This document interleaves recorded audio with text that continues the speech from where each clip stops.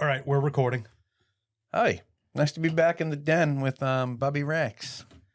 Yep, we were joined by Jason Cox last week. Matt, really good episode. Really I fantastic. really thought last week flowed really well. And we had Cox in the room, you know what I'm saying? A couple of guys, and we had some Cox in the room. Yeah, we always have a little Cox in the room. We like to. So this episode we're doing today, we've been trying to do for a long time. Me and Bobby we've had some life shit happening. Yeah, Rem, what is this? This is another one, Dealer's Choice, Remy's Choice here. I thought we'd discuss the nuances of the ideas of one-hit wonders and maybe explore the one-hit wonder catalog of the 90s across genres. Ooh. Yeah. I mean, at the start of it, believe it or not, me and Bobby, we were on a radio show for people new or whatever. And so our bonding over music was always a huge, huge thing. And so we haven't talked about it too much on the show. We've talked about it, but so we thought it'd be fun to kind of basically, if this category came up in Jeopardy, me and Bobby would sweep. Yeah, that's a fair way to put it. And plenty of you too, if you're listening and watching us because you're in the same demographic. So oddly enough, we did one-hit wonder episodes with Pat. Yeah. We did local one-hit wonders. We did one-hit wonders. We did UK one-hit wonders. We did one-hit wonders that were based off of insert. That we did so many one-hit genres, something soundtracks, whatever. Yeah. So when Rem pitched the idea to me, I did what I always do. I went into the research lab, which really just means pulling up my smartphone and start Googling shit. Yeah. And what came up was, well, a lot of stuff came up. There were bands that I forgot. There were bands that a lot of sites were saying were one-hit wonders that I said, I don't think so. Let's contest it. Yeah. So this episode is going to have a couple things. We're going to open with some, how about we call them honorable mentions? Yeah, I like that. And then it'll make more sense when we actually say what the honorable mentions are. So let's assume that one person listening doesn't know what a one-hit wonder is and just lay out the blanket. I'm going to make it very simple for you. It means literally they had one song that was, what do you want to define it as, a top 20 hit? Yeah, that got in the lexicon. People knew the song and that went nowhere. It's a song where if I hummed it or Remy hummed it, you would get it. And we would then say, you never heard anything else from that band again or that artist again. We're just focusing on the 90s because much like every decade has just a laundry list of one-hit wonders, but we grew up in the 90s. That's what we're focusing on. Yeah, that's going to be a fun little throwback. So when I presented the topic to you, first band that popped in your head, just not even, doesn't need anything on either side of it. What popped in your head? Space Hog. Okay. In the meantime. And that's what started me down the rabbit hole of many things because there are many different categories of one-hit wonders. Yeah. There are one-hit wonders that I personally think, how the hell did this band only have quote-unquote one hit? This band fucking rocks. Every album they put out is a masterpiece. Yeah. There's bands like that. There's bands that, yes, have a one-hit wonder, and that one-hit wonder is, you know what? If that is all that people remember you for, kudos. Space Hog, to me, is in that category. Yeah, Space Hog, the song In the Meantime. I feel like a lot of people listening right now, I hope you're listening next to a source where you can type this shit in, because everyone's heard In the Meantime. After all, we are so new. But it's land so green and sky so blue. That's what we're going to do this whole episode because we can never play anything, and I'm going to sing it stupid enough that we won't get struck. So that's the song, and to me, it felt like a Radiohead Creep type of song. A song that comes in kind of like chill a little bit and then just soars and is anthemic. You know what kind of threw me for a loop? What? I thought that song came out in like 92, 90. It came out in like 96. I was about to say 96, and I went, wow. That is not, it doesn't strike me. It doesn't feel like, I knew it was a 90s song, but it doesn't feel like a mid-90s song. It feels like something that came out when everything was exploding in the early 90s. Another interesting thing about that band that most people don't know, the absolutely staggeringly beautiful Liv Tyler is married to the lead singer of Space Hog. Really? Yep.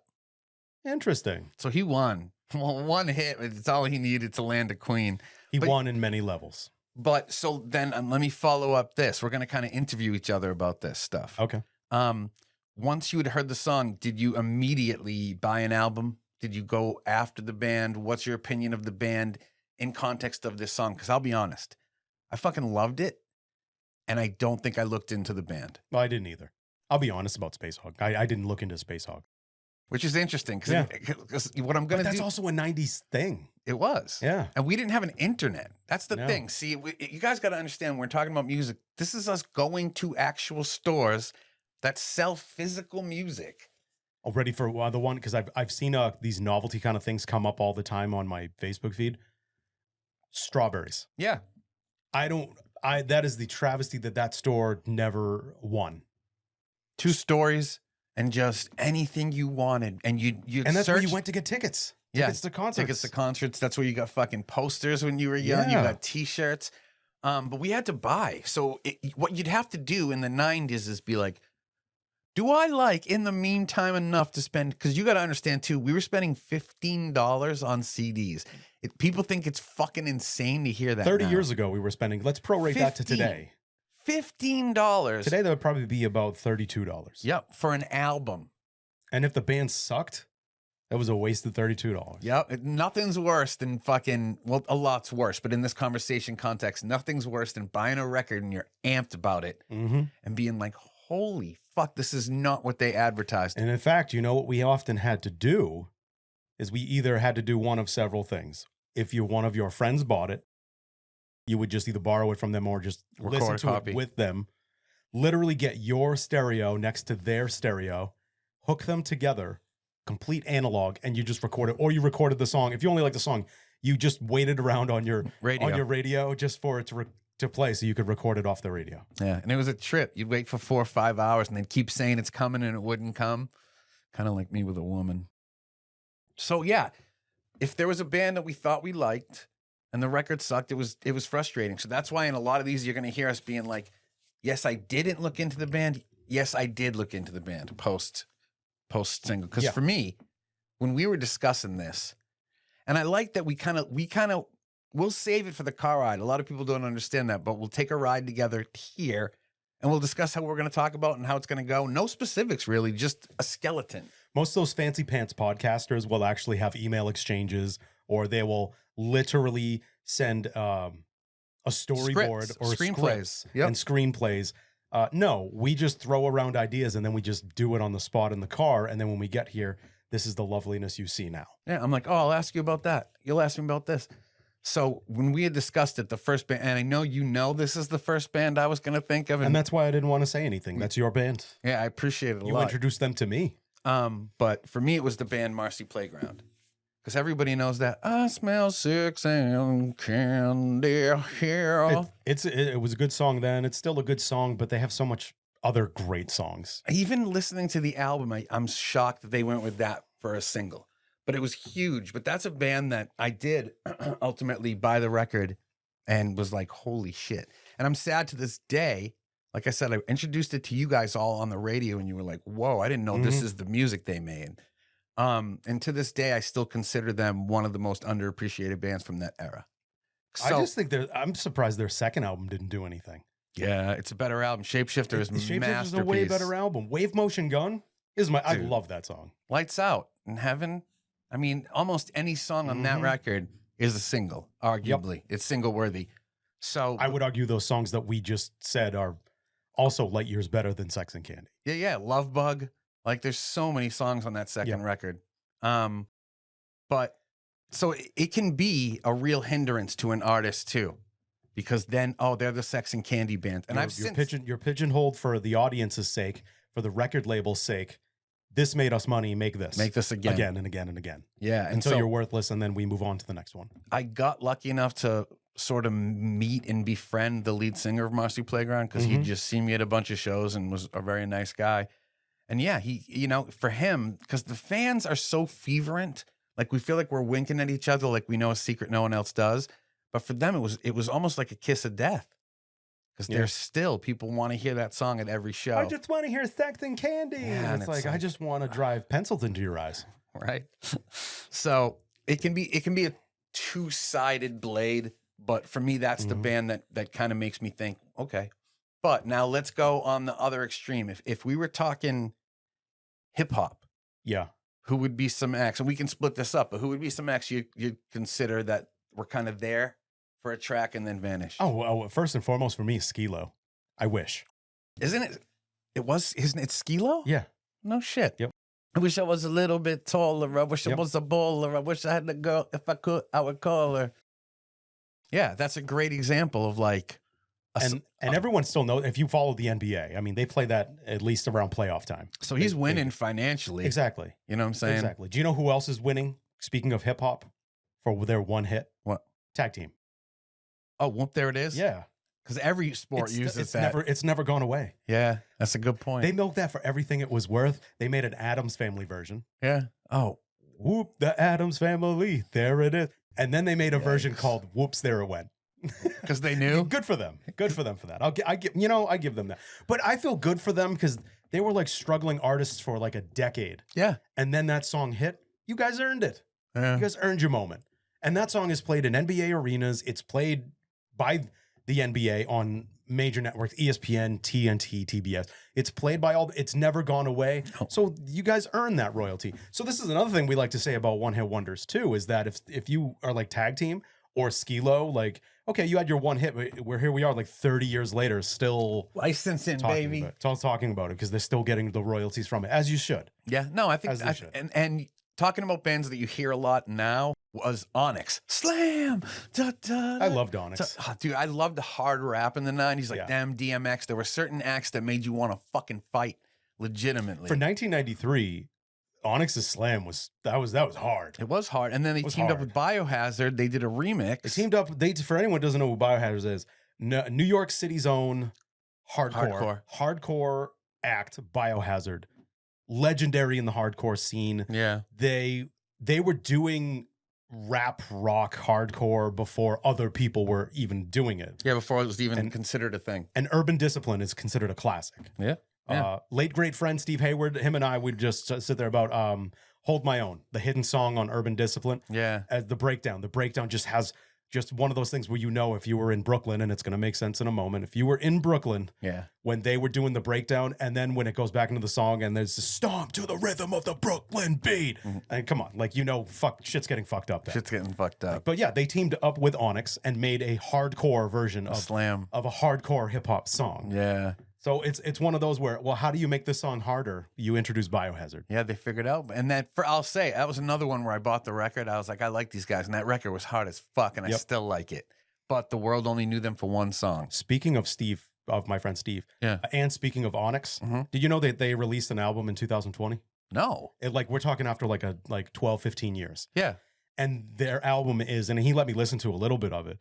Their album is a fuck you to everybody. Really? Like it is like a 45-minute fuck you to even people that you wouldn't think like, okay, whatever. Like it's a fuck you for considering us a one-hit wonder, fuck you for not considering us any good, and fuck the mainstream hip hop artists who built their careers off of what we did. Wow.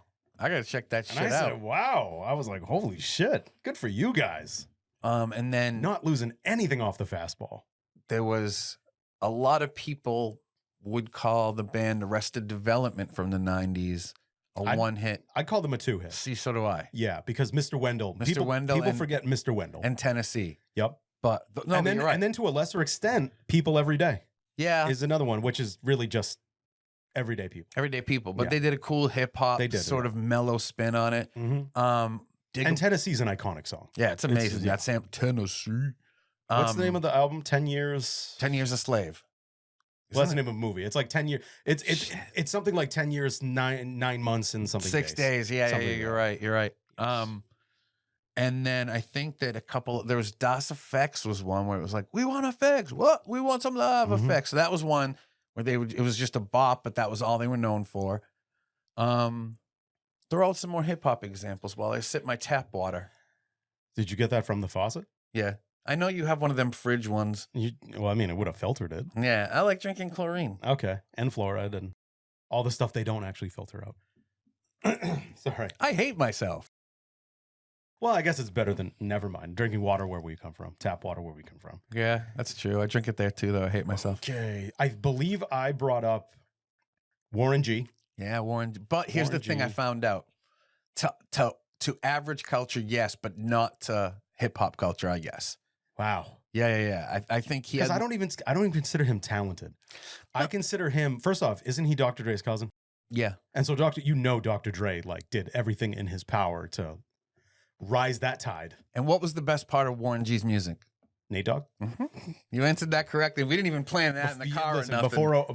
It's a meme. Before auto-tune, there was Nate Dogg. Yeah, no, for real. It was his hooks that made Warren G's songs memorable. When I'm on the ride to the run for day, when I'm running on. Yeah, that shit was tight as hell. Next up is the East Side Motel. And it's like when you're like 12 years old, you're like, oh, that's great. And then you listen to it as an adult going like, man, he makes Bang and Hose sound just so like glorious. After he just shot a bunch of guys who was trying to rob his friend. He just really makes it sound like an 80s R&B song. No, like a really? middle class R&B song. It's fucking such a throwback sound. Yeah. And now, granted, that's what's his name they were sampling what's his name from the Doobie Brothers, the drummer. Oh, Mike Doobie. Well, the guy who was I know the Doobie Brothers had many singers, but he was like in the later half of the Doobie Brothers. He was basically the singer. He was the Roach, not the whole Doobie. Yeah. The Roach Brothers.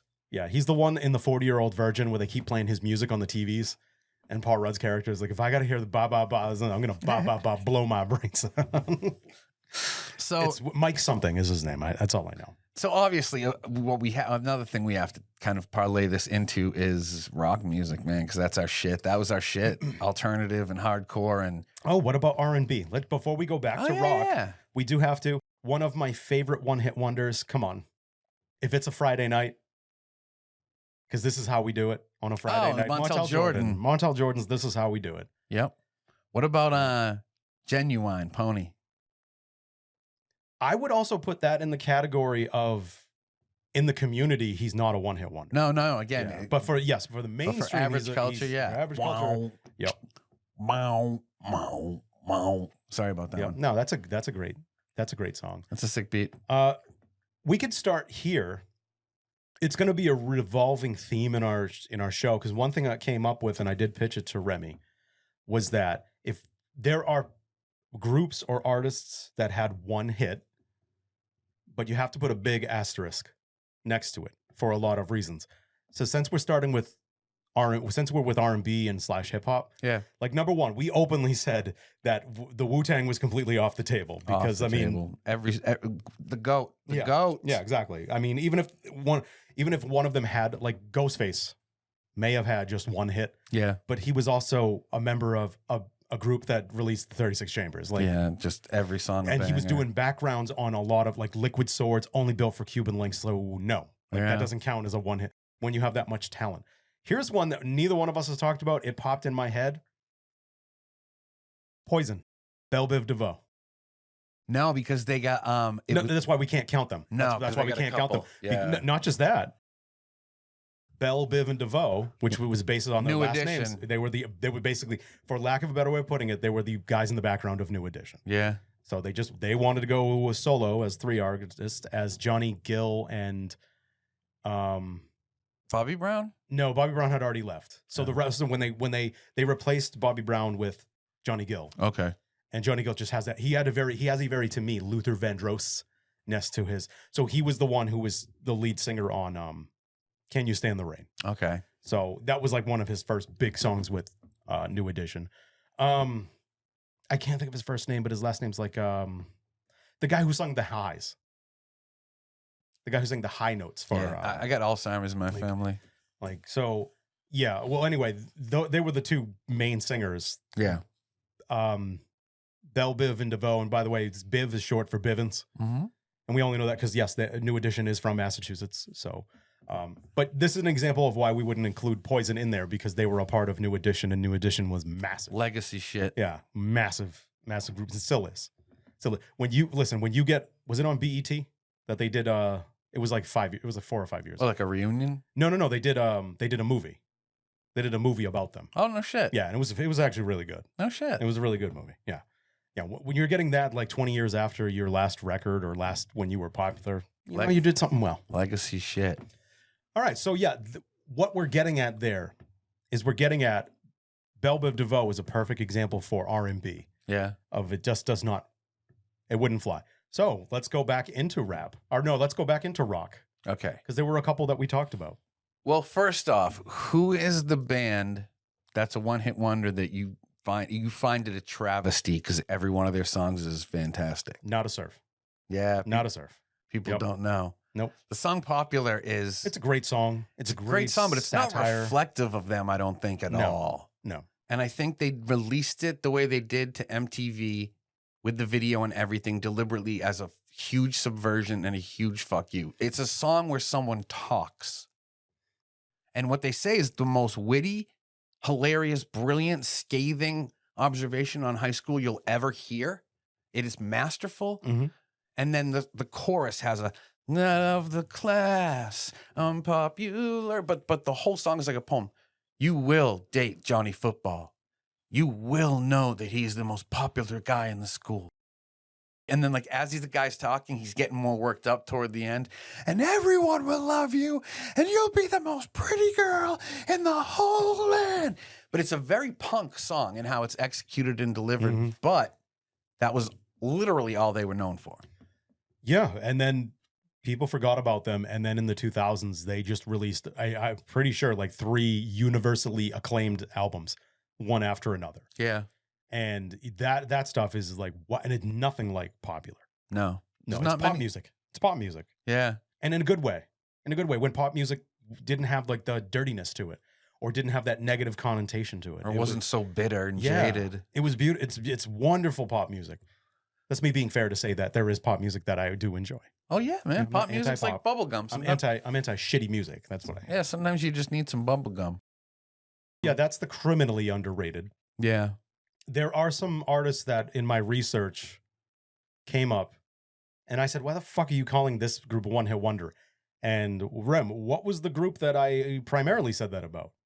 Everyone else has said that they are a one-hit wonder. Blur?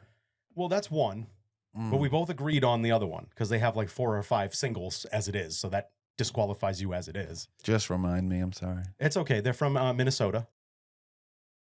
Lead singer was a white guy who liked to dread his hair.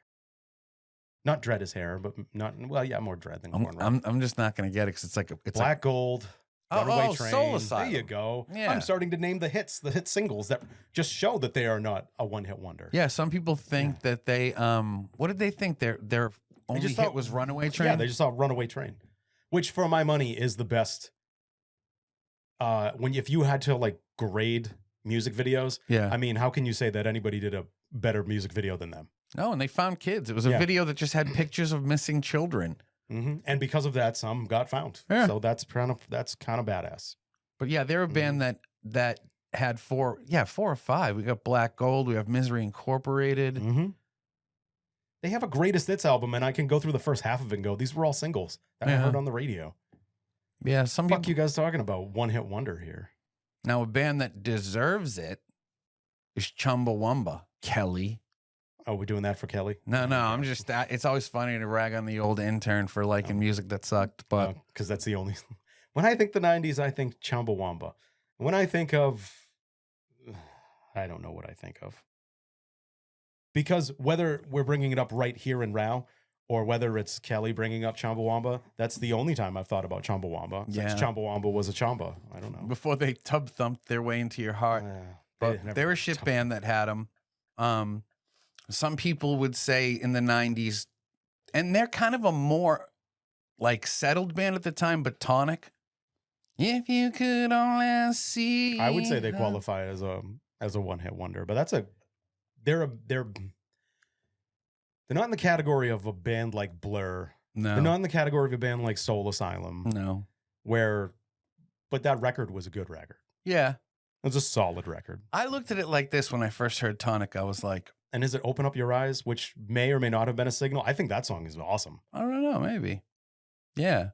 So that would be a 2-hit, I guess. But that song's a banger. Like, that song's actually like, wow, this song rocks. Some people would consider Toad the Wet Sprocket a 1-hit, but I wouldn't don't think consider so. that. You know, they got. I mean, every album they released literally had 2 hit songs. Yeah. So, But some people just know them as Walk on the Ocean or some shit. and people forget that wasn't even the song that got featured on Beverly Hills 90210. Yeah. That was All I Want got featured on there. And then it became a hit. Is to feel this way. I love the harmonies. I'm a sucker for harmony. I love that record. Yeah. That record has at least 9 to 10 good songs that you could like just play start to finish. Yeah. So, Walk on the Ocean, All I Want, those were the singles. And Is It For Me? Yeah. Those are the 3 singles from that album. What about then you got Something's Always Wrong. And that was a single off of it was on the same album as Fall Down. Yeah. So those were the 2 singles from for that that album. one. And then they had Good Intentions, which was an album by itself. And that was So we've actually just named about 5 or 6 singles from. and that was on the Friends soundtrack. Yeah. That makes me feel a little dirty. And they made that bank though. We've both talked about this. I don't fucking get how Friends got 10 years. No, it's you know what it is? It's a milquetoast show for milquetoast people. It's just some people like buttered noodles. Ugh. Yeah, they don't like. I did when I was 8. Yeah, and then I grew out of it. Some people don't like pasta sauce. They like buttered noodles. But we're getting buttered.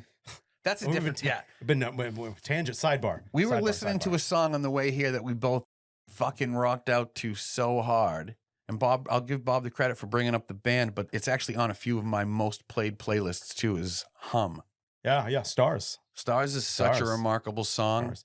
This gets us into the area of it's the only thing you're ever going to hear from Hum. Yeah, and that's okay, because you have that one song and it fucking killed it. Slaps. Yep, killed it with that one song. What was it? The Flies, Got You Where I Want You. Yeah, you love that song. You know, you bring that up a lot. I hate to like it. Like, I recommend anyone to listen to it right now. Like, hey, what's the point of this? It's a perfect whiny 90s song. But then at the end, they're like, gabba, gabba, me don't get no, and they start like doing this weird reggae thing at the end. It would fit into the category if it's an awesomely terrible song. That's what it is. It's one of those songs where it's like, I know this is bad, but I'm enjoying I only remember it because it was in the movie Disturbing Behavior, which was better than the song. Yeah, oh, yeah, and the movie wasn't great. It was fine. And the video played off the movie too, which was played off the cool. ending into the movie. Yeah. Mm-hmm. But yeah, a band that I probably will get made fun of for loving, and the one thing that made me feel better about loving them was the fact that one of my favorite artists, Kid Cudi, also loves this band for the same reason. Crash Test Dummies. Yeah, I know you mentioned that to me before. You mentioned that literally on the ride here. Yeah, everyone knows them from that once there was this boy who. Basically what Ted, in the movie Ted, Yeah. how they made fun of 90 singers. Yeah. This overpronouncing every vowel. I think of Crash Test Dummies. Yeah, that's fair. He sings A-I-O-U. And why. But I actually really liked that song. And look at this motherfucker on Tinder right now. His wife's going to be pissed. I am swiping right in front of me. I thought that I ended up picking up the album that came out with that song. And I thought it was fantastic. I just thought it was a really genuinely good, interesting, unique pop album. I honestly, the only thing I know about Crash Test Dummies is that song and then Weird Al's spoof of that song. Yeah, that's fair. That's probably well, that's the point of the fucking episode is that girl who got mad at her husband and she cut off his wiener. Yes. Oh yeah, the Lorena Bobbitt. Yep. Don't mind me. I'm just looking up the next one because I forgot it already. Oh, that's cool, man. Oh, Supergrass. Yeah. The song I let you listen to that you were like, I had no idea. I had no idea. From anybody who doesn't know, Supergrass, all right, Clueless soundtrack. It's the first song on the sound or the last song on the soundtrack. It doesn't sound like a 90s song. Yeah, I was surprised. Sounds like a late 70s, early 80s I song. had you play it for me. I don't know how I missed that in my teenhood. British band. That's all we ever heard from them in the States. As far as the critics go, that album, I've heard a little bit of it. It's good, but the critics love it. They said that album was a 5-star album. They said critics say they're surprised that Supergrass didn't do anything more and kind of fell off the wayside. Yeah. Not bad. It was the first single off their first album, and then that was it. Yeah, no, that's one of those. I mean, that's one of those things too. And now, what about a good example, actually, that I keep forgetting to mention? Len, "Steal My Sunshine," bro. Another song. I know. It's done for me. I can't stand that song. You don't have to like it, but it's a perfect example of a one-hit wonder. Yeah. Like, what Canada.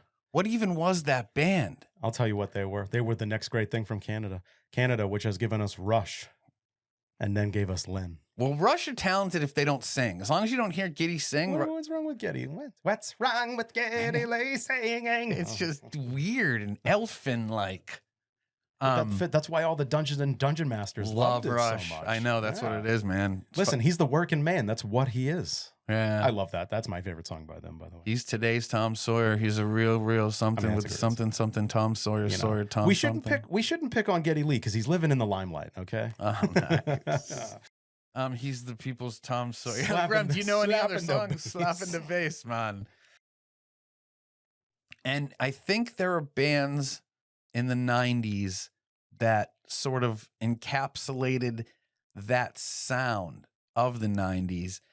If you can think of a band that still has ridden being a one-hit wonder. You mean like they're still going off on it. Like, I'm saying it because I keep seeing this ad that has Sugar Ray touring near us. Yeah, but sadly they had like 2 or 3. Yeah, but they had none. Anybody with true ears. I get that. But anybody with true ears knows that Sugar Ray is not a real band. It was a prank played on us by aliens. Do you have you ever seen Mark Sugar McGrath? Gay? Yeah, Mark McGrath on the streets as people are heckling him. Let's talk about this. So he comes out of a limousine, Bro, he becomes a Chad. He comes out of a limousine in LA, and there are all these paparazzi, and this kid standing off the side is like, "Sup, Sugar Gay?" The most like whatever comment that anybody could make. Mark McGrath's like coked out of some shit, and he just looks at him. He gets up in his face. He's like, I thought he was literally going to bust out all of his platinum records. Yeah, he fucking was like, "How many platinum records have you sold?" And he said, he's like, "You're not going to do anything with your life, and I made millions." And it's the most frail ego thing I've ever seen, and it's hilarious. And this kid's just looking at him grinning. Yeah, he's just because he's like, got him. And if you get punched by Sugar Gay, you're making some money, bro. And then what does he do? He goes on to host Entertainment Tonight. Oh, all those shows. He's like the fakest. That's punk rock. That's punk rock. Right? Good job. You ever heard their stuff before? Like they got even before that album? It was harder, wasn't it? More ska. It was like post-punk hardcore. Yeah. But then it slowly and then became like skater punk. And well, here's the thing. We allowed 311 to sound like what 311 sounded like because they were a good band. But when other bands tried to sound like 311, it was the worst fucking thing. Because here's the problem. Here's why 311 works. Because it shouldn't work. Yeah. They're a bunch of fucking dudes from Nebraska. And they invented, we're going to do hard white reggae. Is it just, and some people back in the 90s. And then Jimmy's Chicken Shack said, there's a 90s one hit. Yep. Yeah. What was it? What can I do right? Or something like that. Yeah. Yeah. No, that's one of the songs I remember by them. Yeah. Yes, the what do I do? What do I do right? It was like pseudo ska country. Listen, for you youngins out there, the mid-late 90s was a weird time, a lost. People were just wandering around lost. Yeah, it was a lawless wasteland. The Brian Setzer got famous again. Right. The guy from the Alley Cats. Yeah. Who basically was doing like the stuff Swing. Swing was hip for the first time since the Roaring 20s. That's the Roaring 20s, Rem. Speaking of that, the 90s had Mambo No. 5. One hit wonder by fucking Louis Vega? Louis Vega. Something Vega. Brother of sister Kristen Susan Vega, who sings Tom's Diner. Doop doop doop doop doop doop doop. Yeah, we didn't even get into the to all the female artists.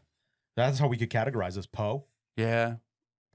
Angry Johnny. I want to kill you. I want to blow you away. That was a great hook, dude. Yeah. That's masterful. Yep.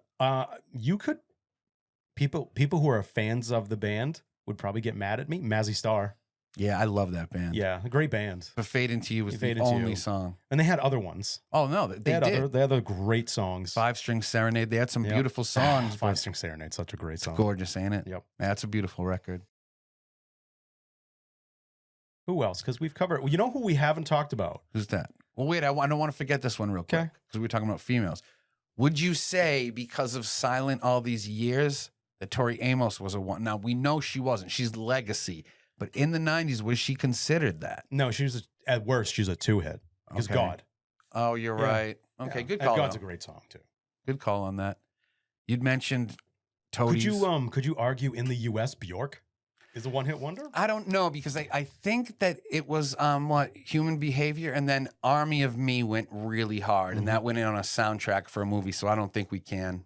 No, She's not looked at in the U.S. the way she is around the world. I mean, she's a genius. She is a genius. You don't have to love what she does. She's weird, but she's fucking genius. No, it just goes. This is just me showing the fact that in the U.S. we just suck. Yeah, We suck, and the rest of the world doesn't care. They just embrace great music. yeah, That's you ain't really it. lying. Yeah. Um, I mean, Iron Maiden's the ultimate Yeah. of that. yeah, they're To hear they're like, gods. oh yeah, Run to the Hills. Oh yeah, they had that one great album. Yeah, and then they had the 2 before it and the 5 after it. I digress. We'd mentioned in passing, but you didn't really talk about the legacy. We talked about Blur. Would you want to go a little deeper on that? Sure, most people probably think of Blur. They just think of song 2. Woohoo! Dun, dun, dun, dun, dun, dun, dun, dun, dun, dun. And was that their last album before they went on? Before Because they they're not split. broken up. They've gone on hiatus. No, there was one more. Okay, but that's not even their best album. Their best album is the one that came out right before that in '95. With Boys and Girls. Yes, because for people who would say, "Oh yeah, the Woohoo song, yeah, that's a great one-hit wonder," and I say, "What about Boys and Girls?" Yeah. And then if you've never heard Boys and Girls, and you've never heard song 2, Give them the hook, bro. you would never have to. you would never think those are the same. They'll band. know once they hear it. Oh, which one? The hook for Boys and Girls. Oh boy, I'm gonna mess up the. Oh, then don't do it. It's Yeah. all right. You know, but we're just Yeah. expressing that you know the song. So, but sometimes when it's separated by like a couple Like the years, dun, dun, dun, dun, dun. It's a dance song. It's a dance song. And it's also a political song. I learned that later. and Blur became essentially Damon from Blur became the Gorillaz, which is a huge band now. Always something that you really Yeah, love. you're doing good. Yeah, that's a dance. It's a dancey song. It doesn't sound anything like song 2. And that's why Gorillaz was like full dance because that was Yeah. the evolution of Damon. Yeah, I love the Gorillaz. Yeah. Deltron. Come on. Del the Funky. Yeah, Del the Homo Funky sapien. is one of my favorite rappers of all time. Who would you rather be? Who would you rather have as your cousin? Would you rather be Ice Cube with Del as your cousin, or would you rather be Dr. Dre with Warren G? Oh, I would rather be Ice Cube with Del. the Del family, Yeah. bro. Yeah, exactly. Del's delivery is so Yeah. unique, and the way he writes rhymes is so unconventional compared to other wordsmiths.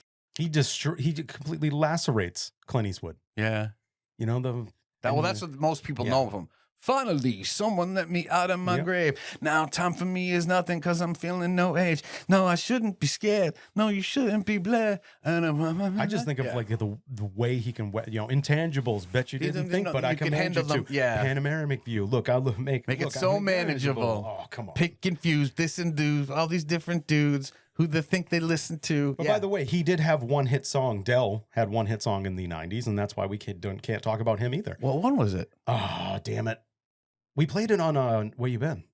I know. I can't remember what song it was. And he did a song with Mr. Liff from Boston. from Boston, yeah. Yeah, 360 Degrees. Yeah. Yeah, which is, if you've never heard it, you should go YouTube that shit. You know me. Mr. Liff and Del on the same track. Yeah. Lift's a local legend, too. He is. Shout out to Lift. Yo, I owe you $5, man. I'm sorry. Nah, I never met that dude. So one area we haven't gone in yet, and it's the area of rock acts that are considered one-hit wonders. And for what these acts did, yes, it's a one-hit wonder. However, Fine print. we exclude them. So I will start with the easiest one for us, not for you, because we're gonna have to explain it. Yeah. Cannonball, the Breeders. Most of you, probably, that bass line.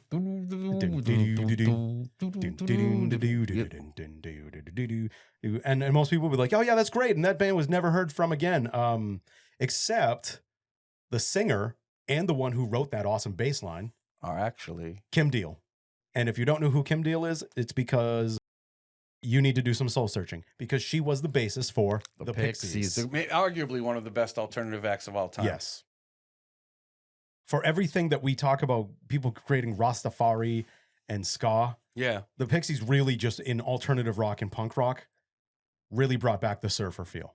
Yeah, and they defined, I'm sorry, from Radiohead to Nirvana, every great artist will say, we're copying the Pixies to some degree. When you hear a Nirvana song that has a 4-chord bass line that plays for one round before the music comes in, that's the Pixies. And it's not, and listen, Kim Deal was not fucking riding coattails of Black Francis and the Pixies. No. She was a collaborator. She wrote a lot of those songs. She was the backing vocalist. She took turns being the vocalist. And she did a lot of cameo work for other artists in the 90s. Like, no, anything she does, you cannot consider that a one-hit nothing. No, She's it's iconic. Extremely talented. We were just lucky we got, because the Breeders were like the Pixies part 2 that we didn't know we needed. So we talked in the car too about a band that probably shouldn't be considered that, Blind Melon. Yeah. Because they've got Tones of Home. They have a bunch of songs outside of the B-Girl, No Rain song, but people often associate, even on the second record, Galaxy was an absolute banger off that record. But and its momentum got destroyed because he died. Because he died very, very young. Yeah. And then Shannon Hun or Hum? Hoon. Yeah. Thank you. Yeah, he was crazy too. Like he fucking took out his dick once and pissed all over the front row. Like he was heroin so deep that there was no coming up for him. So deep. That's what I'm saying. Not just heroin. I mean like alcohol, drugs, anything. Plural. Yeah. He was a fucking mess. Bless his soul. I guess his daughter is a singer now. He named a 3rd record off after her. That's very nice. Yeah. Yes. She kind of looks like him. Like if you look at her, depending on like, because he's got a unique, and a lot of people don't know he was singing backing vocals for Guns N' Roses. And because people don't realize this, do you know how he got that gig? Luck? No. He grew up in a small town in Indiana. The same town as Axl Rose. No shit. Yeah, and his sister and Axl Rose were like mutual friends growing up. Oh, that's cool. So she like reached out to Axl when Shannon moved out to LA. Yeah. Like, and then they kind of were like, oh, okay. And then he brought Shannon in when they were doing Use Your Illusion. Yeah, he was in the Don't Cry video. And he did the backing vocals, and then he was in the video for Don't Cry. Yeah. Yeah, he had a lot of life going, man. It was a shame. Yeah. So what else do we got? We got well, you brought up to me, and I didn't bring it up, even though I wholeheartedly agree with you, the Flaming Lips. Yeah, Vaseline or whatever. Most people, she don't use jelly. She don't use but jelly. But most people would call it the Vaseline song because she don't use jelly. I love the Flaming Lips story because it literally took the Flaming Lips from that record, from their beginnings. It took them 13 years for that to happen. And they're a band that they were like, whatever. Yeah, here's a throwaway song. It was an art school band. Here's a throwaway song on, I don't think it was Clouds Taste Metallic. I don't think it was that album. It was the one before that. Yeah. But then in the late 90s and into the early 2000s, they became like a powerhouse band.